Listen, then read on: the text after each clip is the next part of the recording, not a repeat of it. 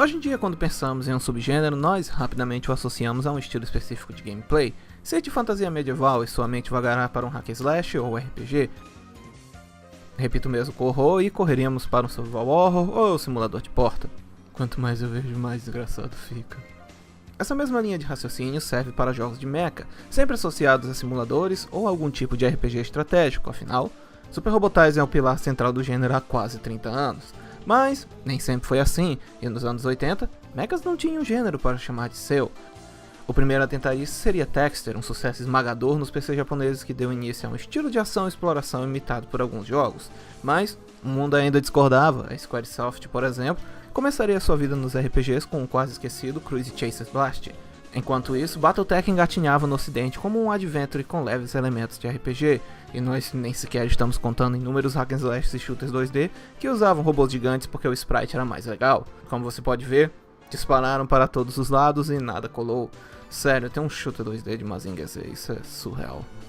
E foi então que em 1990 esse cenário começaria a mudar para sempre, graças a Masaya Games, uma pequena subsidiária da NCS que em breve nos apresentaria mecânicas e ideias utilizadas até hoje nos simuladores de mecha. Logo, seja bem-vindo ao Dead Pixel e esta é a nossa retrospectiva um pouco pessoal sobre uma das franquias mais importantes e influentes desse subgênero, a Jusou Kihei, ou como ela é mais conhecida no ocidente, Assault Suite. Começando pelo hoje clássico cult Assault Suite Lennos, lançado no Japão em março de 1990, exclusivamente para o Mega Drive. Como foi mencionado em nossa retrospectiva de Castlevania, jogos da época não se importavam muito com a narrativa, enredo ou até mesmo o futuro de sua franquia, especialmente jogos de ação, que em sua maioria se resumiam a um típico vampiro desperta, mate-o. Ou seja, é apenas uma desculpa esfarrapada para você se deslocar do ponto A ao B, matando tudo que se move. Nós obviamente vimos mudanças de gameplay em jogos como Metal Gear, mas a que buscamos é a de narrativa, encontrada em 1988 com Ninja Gaiden, um jogo que nos apresentaria cutscenes espetaculares acompanhados de uma história mais desenvolvida e narrativa cinematográfica, mesmo que ela ainda lembrasse um filme de Godfrey Hall, ninja colorido parecido com Pierre Kirby incluso. Lane seguiria algo parecido com o jogo da Tecmo, mas de uma forma um pouco distinta. E assim como o Ultima 5 que outrora havia nos apresentado narrativas densas, com questionamentos morais, esse inesperado jogo de ação tentaria criar seu mundo em meio à ambiguidade e brutalidade da guerra. No caso, sua história começaria no futuro distante de 2096, onde a Terra ainda se encontrava em um cenário similar à Guerra Fria, com duas grandes nações dominando boa parte do suprimento mundial. Assim como no passado, esse período de tensão incentivaria projetos de exploração espacial, com vários astronautas sendo enviados para trabalhar na construção de colônias, bases de mineração e, obviamente, procurar novos recursos. Algo que colocasse sua nação à frente de seus inimigos políticos.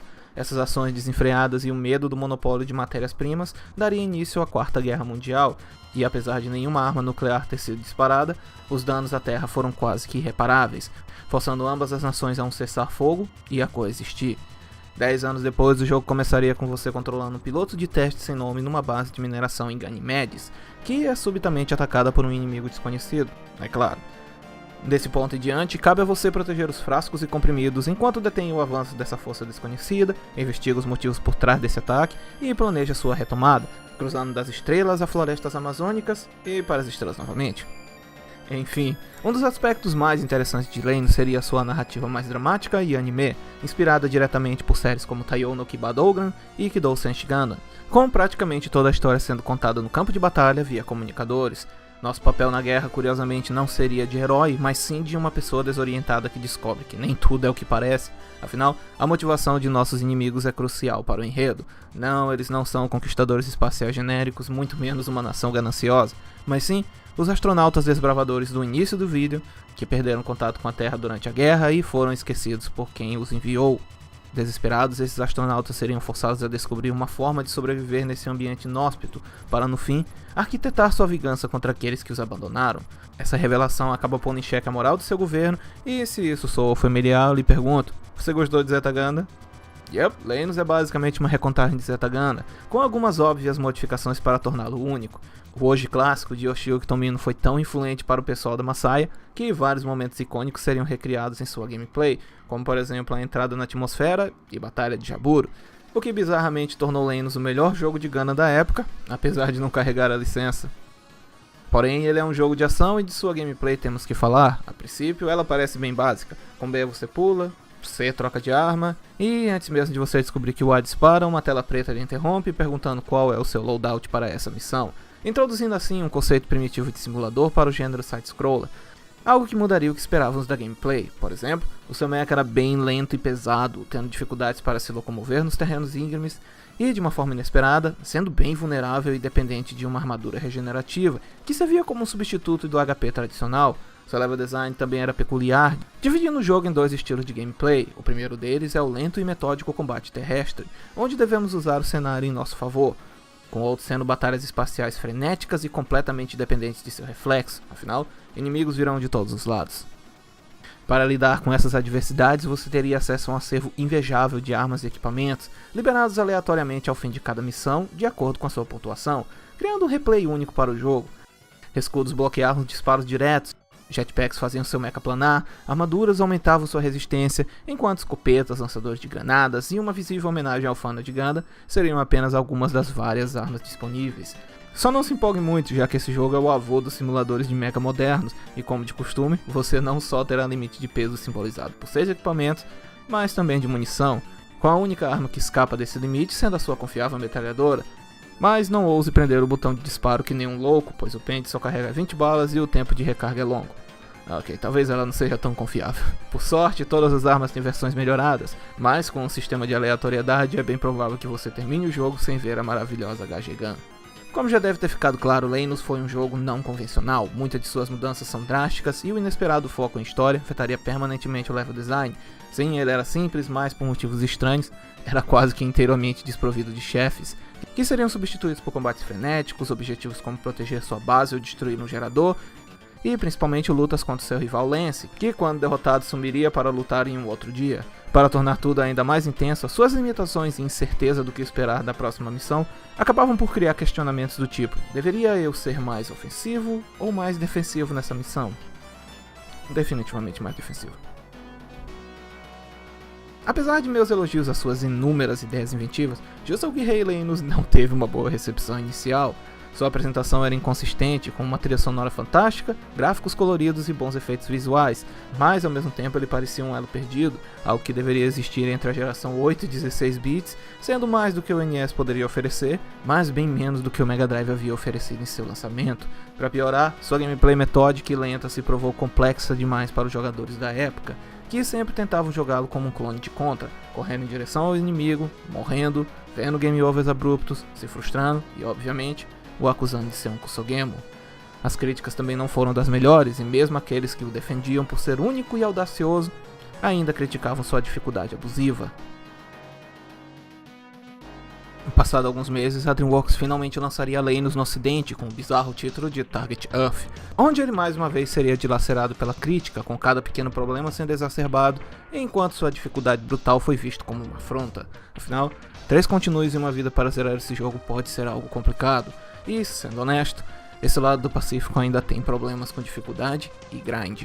Até mesmo seus méritos como conceito de simulação seriam descartados, enquanto sua história, o último grande trunfo do jogo, foi devastado pela mentalidade trágica de que jogos eram apenas para crianças. Logo, romances entre os personagens, diálogos, enredo e até mesmo cenas seriam completamente removidas, como por exemplo, a morte de Zosari. Para não ser injusto, eu até consegui encontrar alguém que defendeu o jogo na época, mais precisamente o Ed da EGM, que na edição de julho de 1990 deu um 7 para o jogo, alegando que se não fosse pela dificuldade, a nota seria mais alta. Infelizmente, a opinião do Sr. Ed não seria capaz de evitar o fracasso de Target Earth no ocidente, que no fim explodiu como uma pinhata de desgraças. Após esse fiasco, a nova série parecia fadada ao esquecimento e o time de Lenus retornaria às origens da Masaya, o gênero de estratégia, lançando um pequeno exclusivo para o Mega Drive em 26 de abril de 1991, chamado apenas de Langrissa.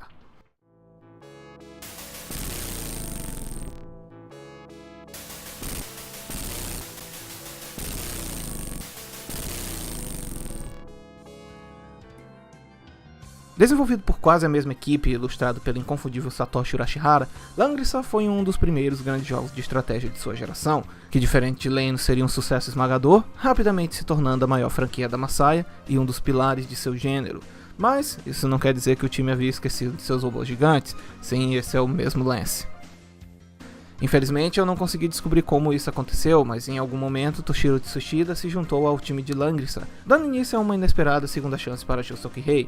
Parte da equipe obviamente ficaria cuidando do novo Langrisa, enquanto alguns como Hideo Suzuki e Tetsuya Oya optariam para seguir com essa nova aventura, que dessa vez não seria uma sequência, mas sim um prequel, lançado em dezembro de 1992 exclusivamente para o Super Famicom.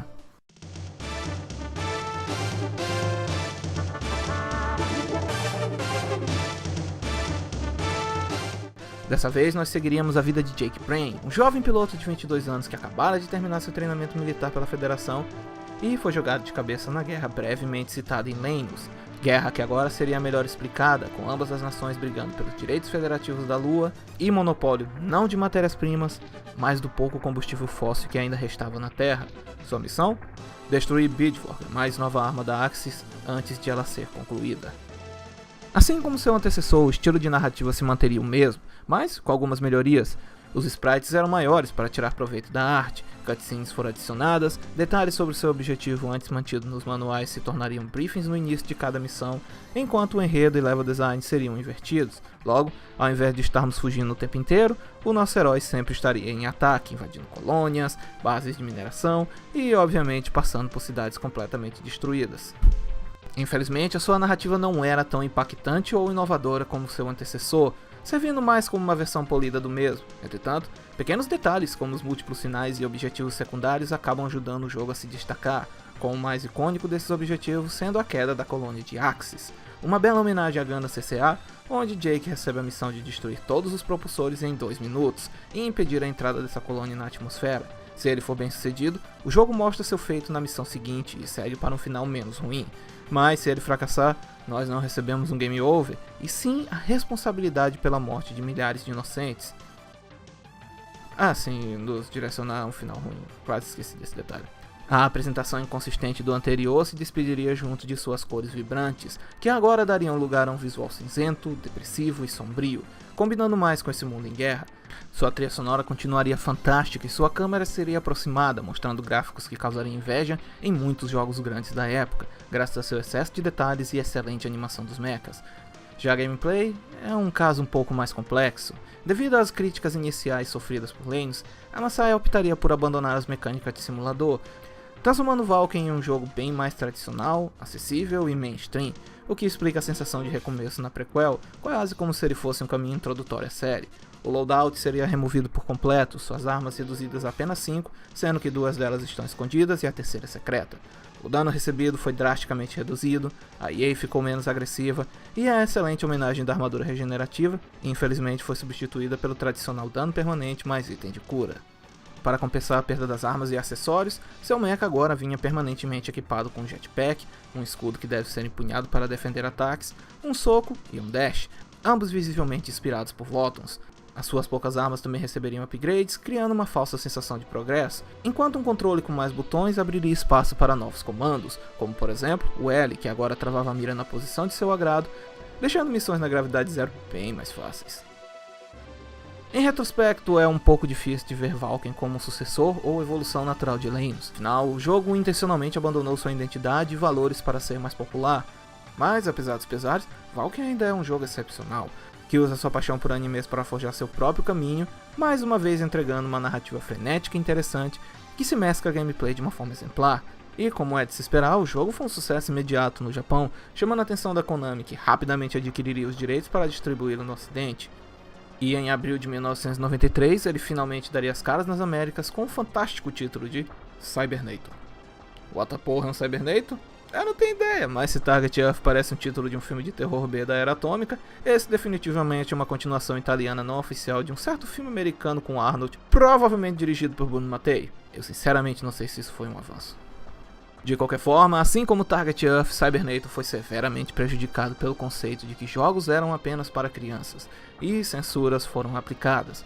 Muitos dos diálogos foram modificados, o manual do jogo colecionava inconsistências sobre seus objetivos, o display com o rosto dos personagens desapareceu, provavelmente porque o visual anime ofendeu alguém, enquanto cenas foram impiedosamente removidas, com a mais icônica sendo o suicídio do líder da Axis. Mas, bizarramente, o símbolo da nação europeia que representa o, de certa forma, vilão da história foi mantido.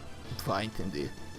Mesmo com essas mudanças, Cybernator foi um sucesso nos Estados Unidos. O nome da Konami trouxe consigo por si só o peso e relevância para a série se destacar, enquanto as críticas seriam mais amenas, normalmente reclamando que a história atrapalhava o ritmo do jogo, algo engraçado já que hoje em dia vários FPS modernos como BioShock e Call of Duty utilizam a mesma estrutura de narrativa. Mas, fora isso, só restavam elogios aos seus gráficos, trilha sonora e gameplay mais simplista, amistosa, inovadora e ainda assim complexo o suficiente para agradar os fãs do original e principalmente atrair a atenção de um público que jamais seria cativado por Target Earth. Ao fim de Cybernator, boa parte da equipe debandaria para Masaya, com a maioria se juntando a Toshiro Tsushida na Squaresoft, que ao lado de Shinji Hashimoto daria início a Front Mission. Diante dessa equipe desmantelada, o futuro da série mais uma vez parecia incerto, porém, Assault Suit Linux rapidamente sofreria uma mudança em sua imagem no Japão, garantindo pelo menos mais uma chance para essa nova franquia.